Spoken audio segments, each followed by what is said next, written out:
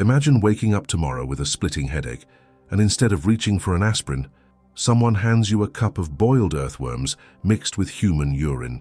Your doctor tells you the pain is caused by evil spirits living in your skull, and the only cure is to drill a hole directly into your brain while you're fully conscious. Sound like a horror movie?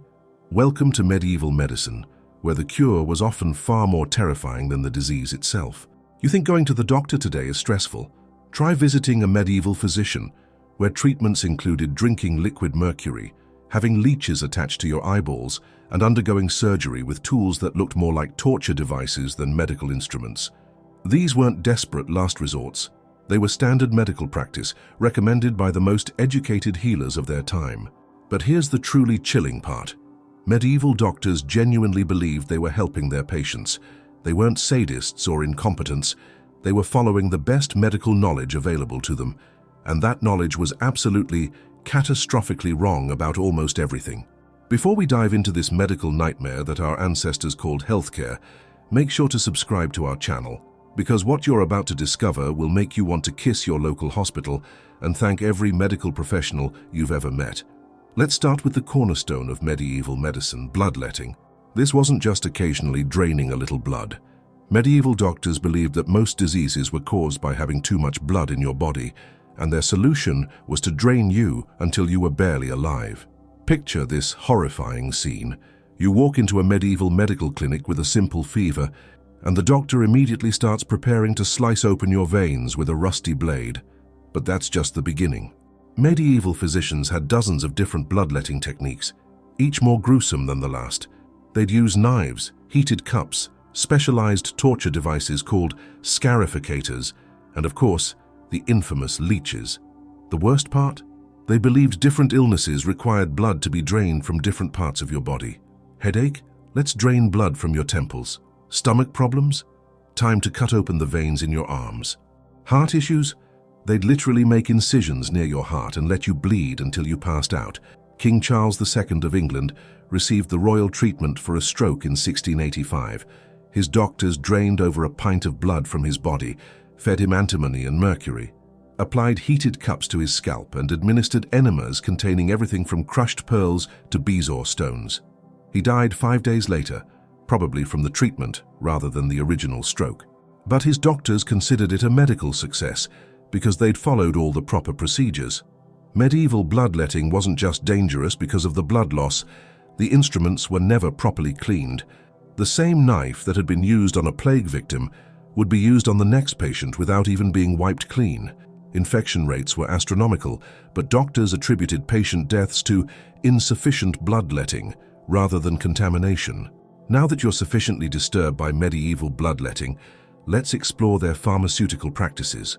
A nightmarish collection of treatments that would make modern poison control centers shut down immediately. Medieval medicine cabinets were essentially collections of the most toxic substances available.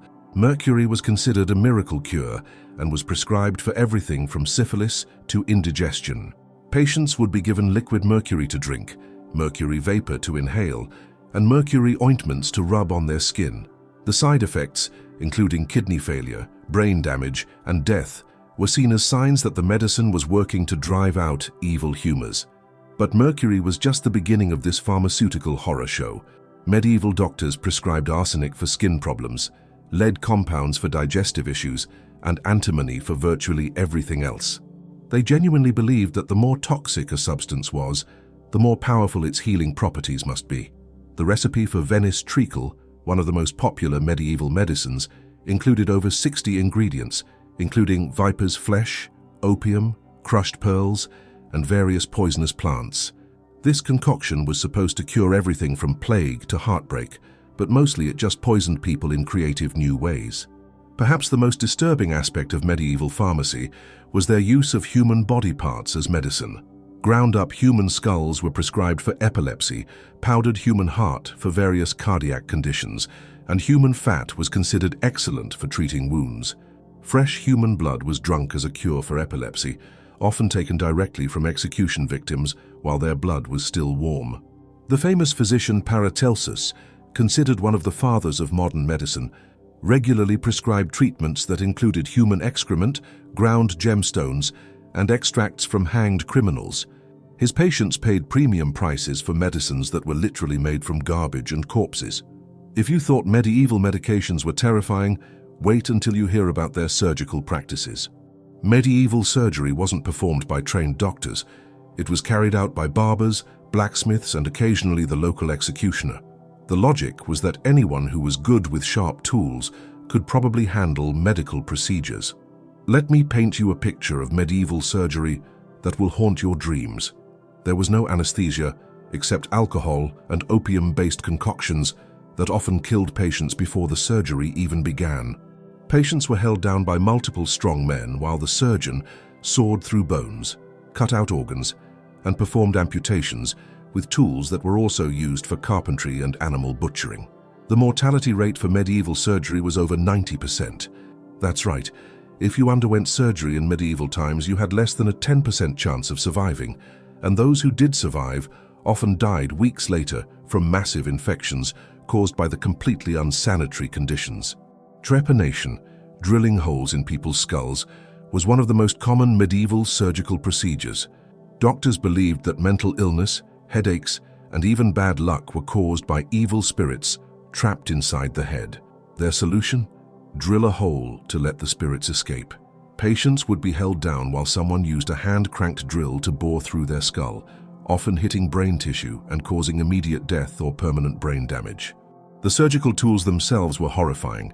Medieval bone saws looked like torture devices, amputation knives were basically small swords, and cauterization irons were heated in open fires until they glowed red hot. These instruments were used on multiple patients without any cleaning between procedures, spreading disease and infection with surgical precision. Brain surgery was performed with patients fully conscious, screaming in agony, while surgeons rooted around inside their skulls, looking for the source of their problems. Heart surgery involved cutting open the chest cavity and manually manipulating the beating heart, while the patient slowly died from blood loss and shock. Perhaps no image is more iconic of medieval medicine than the plague doctor with his terrifying bird-like mask. But the reality of these medical professionals was far more horrifying than their already scary appearance suggests. Plague doctors weren't actually doctors in any meaningful sense. They were often just random people willing to take a job that had a near-certain mortality rate. Many were criminals offered freedom in exchange for treating plague victims or desperate poor people who had no other options for employment.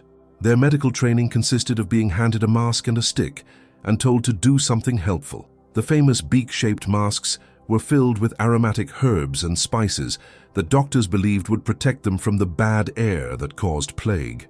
In reality, these masks just made it harder to breathe and see, while providing zero protection against the actual disease. The long leather coats they wore became repositories for fleas and bacteria, making plague doctors into walking disease dispensers. Plague doctor treatments were a catalogue of medieval medical horrors. They'd burst plague buboes with red-hot pokers, believing that releasing the pus would cure the disease.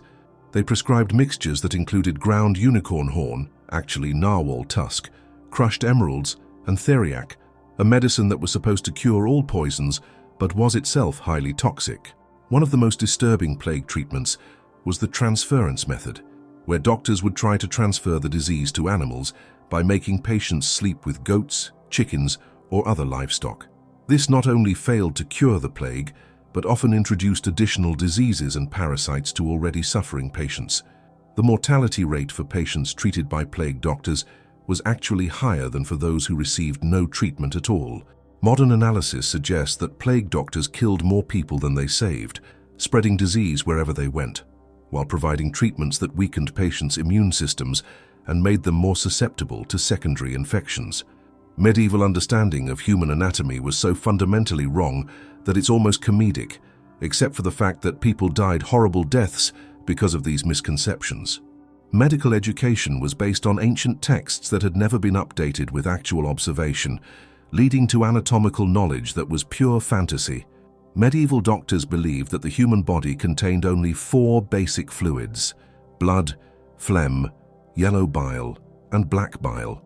All diseases were thought to be caused by imbalances in these humors, leading to treatments designed to restore harmony rather than address actual medical problems.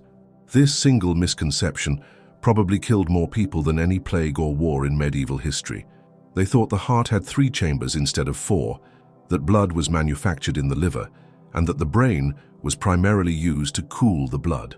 Women were believed to have completely different internal anatomy than men, with a wandering womb that could travel around the body, causing various ailments. The medieval understanding of infection was particularly deadly. Doctors believed that pus formation was a good sign, indicating that the body was successfully fighting disease. They'd actually try to encourage pus production in wounds, packing them with dirty materials and keeping them from healing properly. The term laudable pus was used to describe the thick infected discharge that medieval doctors actively promoted. Dissection of human bodies was illegal for much of the medieval period, so medical students learned anatomy from animals or from ancient texts that were wildly inaccurate. When human dissection was finally allowed, it was often performed by executioners while medical students watched from a distance, learning nothing useful about actual human anatomy. The medieval belief in miasma, bad air that caused disease, led to treatments that actually made illnesses worse. They'd seal patients in stuffy, unventilated rooms to protect them from outside air, creating perfect breeding conditions for bacteria and viruses. Fresh air and sunlight, which we now know help fight many diseases, were considered dangerous and avoided at all costs. If you think medieval medicine was bad for men, the treatments designed specifically for women were exponentially more horrifying. Medieval doctors viewed women's bodies as fundamentally flawed and inherently diseased, leading to treatments that were closer to systematic torture. The medieval theory of the wandering womb held that women's reproductive organs could literally move around inside their bodies, causing everything from hysteria to digestive problems. The prescribed cure: various methods of trying to lure the womb back to its proper position, including burning foul-smelling substances near the woman's face to repel the womb downward, or placing sweet-smelling items near her genitals to attract it back. Childbirth was considered so dangerous that women were encouraged to write their wills as soon as they became pregnant. Medieval obstetrics consisted mainly of prayer, herbal concoctions that often caused more complications, and the occasional use of hooks and other instruments to forcibly extract babies, usually killing both mother and child in the process. Medieval treatments for female hysteria included manual stimulation by physicians, insertion of various objects into the vagina, and the application of hot irons to the genitals. These weren't sexual assaults disguised as medicine. They were actual medical procedures prescribed by learned doctors and performed in clinical settings. Menstruation was considered evidence of women's inherently poisonous nature.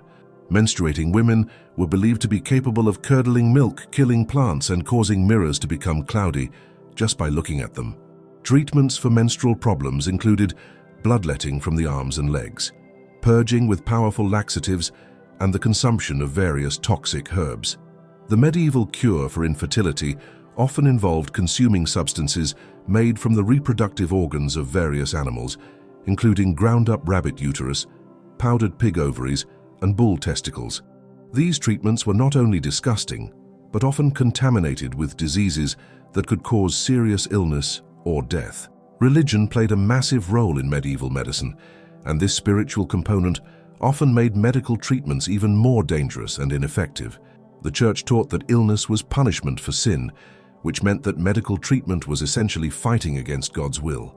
Pilgrimages to holy sites were prescribed as medical treatment, requiring sick people to undertake arduous journeys that often killed them through exhaustion and exposure. Patients with broken bones, infectious diseases, and serious injuries were told to walk hundreds of miles to touch a holy relic that would supposedly cure them. Holy relics themselves were a major part of medieval medicine. Pieces of saints' bones, fragments of the true cross, and vials of holy water were prescribed for various ailments. Patients would be required to touch, kiss, or even consume these relics. The problem? Most relics were fake, often made from animal bones or common materials, and the real ones were contaminated with centuries of bacteria from being handled by countless sick people. Exorcism was considered a medical procedure for mental illness, epilepsy, and even some physical ailments. Patients would be subjected to hours of violent rituals involving restraints, forced fasting, and physical abuse. Many patients died during exorcism procedures, either from the physical trauma or from the underlying conditions that went untreated, while priests tried to cast out demons. The practice of ordeal medicine required patients to undergo various tests to prove their faith was strong enough to deserve healing. This could include walking over hot coals, holding red-hot iron bars, or immersing hands in boiling water. Those who were burned or injured during these ordeals were considered to have insufficient faith and were denied further medical treatment. Medieval hospitals were often run by religious orders with no medical training whatsoever. Monks and nuns would prescribe treatments based on religious texts rather than medical knowledge, leading to care that was often more harmful than helpful. Prayer was considered more important than actual medical intervention, so patients often died while receiving spiritual comfort instead of effective treatment. Here's perhaps the most disturbing aspect of medieval medicine. The doctors weren't idiots. Many medieval physicians were among the most educated, intelligent people of their time. They studied for years, read extensively, and genuinely wanted to help their patients. The problem was that everything they had learned was catastrophically wrong. Medieval medical education was based on ancient texts that had never been questioned or updated.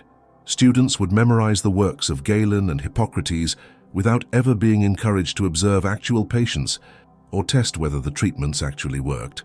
It was medicine by authority rather than evidence, and the authorities had been wrong for over 1,000 years. The most respected medieval physicians often had the worst treatment outcomes because they followed the established protocols most precisely. A village-wise woman who relied on folk remedies and common sense often achieved better results than a university-trained doctor who followed all the proper procedures for bloodletting and humoral balancing. Medieval doctors developed incredibly complex theoretical frameworks to explain disease and treatment. They could spend hours analyzing a patient's urine color, astrological charts, and humoral balance to develop elaborate treatment plans that had no basis in reality but sounded impressively scientific to contemporary audiences. The financial incentives in medieval medicine rewarded complexity over effectiveness. Doctors who prescribed simple, inexpensive treatments were seen as less skilled than those who recommended elaborate, expensive procedures. This led to a medical culture that valued impressive-sounding treatments over actual healing. Many medieval physicians became wealthy by treating the same patients repeatedly for conditions that their treatments had actually caused. A doctor might bloodlet a patient for fatigue, then prescribe toxic medications for the weakness caused by blood loss, then perform surgery to remove organs that had been damaged by the medications. Each step generated more fees while making the patient progressively sicker. While university-trained physicians were poisoning their patients with mercury and drilling holes in their skulls, a shadow medical system operated outside official recognition. Wise women, folk healers, and village midwives often achieved better results using common sense and herbal remedies. These underground healers were constantly persecuted by both the medical establishment and the church. They were accused of witchcraft, banned from practicing medicine, and sometimes executed for providing healthcare that was actually more effective than official treatments. The crime: healing people without proper credentials or theological approval. Folk healers often used plant-based remedies that had genuine medicinal properties: willow bark for pain relief, digitalis for heart problems, and various herbs for digestive issues. While they didn't understand the scientific mechanisms, centuries of trial and error had led them to treatments that actually worked. Midwives were particularly effective healthcare providers, with maternal and infant mortality rates that were often better than those achieved by university-trained physicians. Their practical experience with childbirth made them far more competent than male doctors, who had never actually assisted in a delivery, but had memorized ancient texts about female anatomy. The irony is devastating. The people with the best medical outcomes were often branded as criminals and heretics, while the doctors causing the most deaths were celebrated as learned professionals. Medieval society systematically persecuted its most effective healers while rewarding its most dangerous practitioners. Some underground healers developed surprisingly sophisticated treatments. Jewish physicians, working outside the Christian medical establishment, often achieved better results because they had access to different medical traditions and weren't bound by the same theological constraints that limited Christian doctors. Medieval medicine wasn't just ineffective, it was a profitable industry, built on prolonging illness rather than curing it. The financial structure of medieval healthcare created incentives for doctors to keep patients sick and dependent on expensive treatments. Wealthy families would spend fortunes on elaborate medical treatments that often made their loved ones worse. The more complex and expensive the treatment, the more prestigious the doctor, and the more faith families had in the healing process. Simple, effective remedies were dismissed as peasant medicine, while costly, harmful procedures were seen as sophisticated healthcare. The medical supply industry was equally corrupt. Apothecaries would sell fake ingredients, diluted medicines, and sometimes completely different substances than what was prescribed. Patients paying for expensive unicorn horn powder might actually receive ground horse bone, while those seeking rare herbal medicines often got common weeds mixed with toxic additives. Medical instruments were incredibly expensive and often deliberately designed to look more impressive than functional. Elaborate bloodletting devices, ornate surgical tools, and complex contraptions for various procedures cost more than most people's annual income, but were no more effective than simple knives and basic tools. The most disturbing aspect of medieval medical economics was the practice of inherited medical debt. Families would mortgage their property and future earnings to pay for medical treatments that killed their loved ones, then spend generations paying off the debts incurred for ineffective care. It was a system that literally profited from human suffering. Not everything in medieval medicine was completely wrong. Gradually, through centuries of observation and occasional breakthrough, some medieval practitioners began to question established medical doctrine and develop more effective treatments. The practice of quarantine during plague outbreaks, while based on incorrect theories about disease transmission, actually helped slow the spread of infectious diseases. Medieval surgeons gradually developed better techniques for treating wounds and fractures through battlefield experience, though these improvements were slow to spread to civilian medicine. Some medieval physicians began to notice that certain treatments consistently made patients worse, leading to gradual abandonment of the most harmful practices. The observation that surgical patients had better outcomes when instruments were cleaned, even though doctors didn't understand why, led to slowly improving surgical standards. The translation of Arabic medical texts into Latin introduced new ideas and treatments that challenged some aspects of traditional European medicine. While many of these foreign treatments were also ineffective, the exposure to different medical traditions encouraged some doctors to question established practices. By the late medieval period, some physicians had begun to emphasize observation over ancient authority. These early medical scientists started keeping records of treatment outcomes and noting which procedures seemed to help or harm patients. It was the beginning of evidence-based medicine, though it would take centuries more to fully develop. So what was the final toll of medieval medicine? How many people died from the cure rather than the disease? The numbers are staggering and heartbreaking. Modern historians estimate that medieval medical treatments had a negative effect on life expectancy. People who had access to professional medical care actually lived shorter lives on average than those who relied on folk remedies or received no treatment at all. The wealthy, who could afford the most elaborate medical care, often died younger than the poor who couldn't afford professional health care. The practice of bloodletting alone probably killed millions of people over the centuries it was used. Patients weakened by blood loss became more susceptible to infections, less able to recover from injuries, and more likely to die from diseases they might otherwise have survived. Mercury poisoning from medical treatments caused widespread brain damage, kidney failure, and death.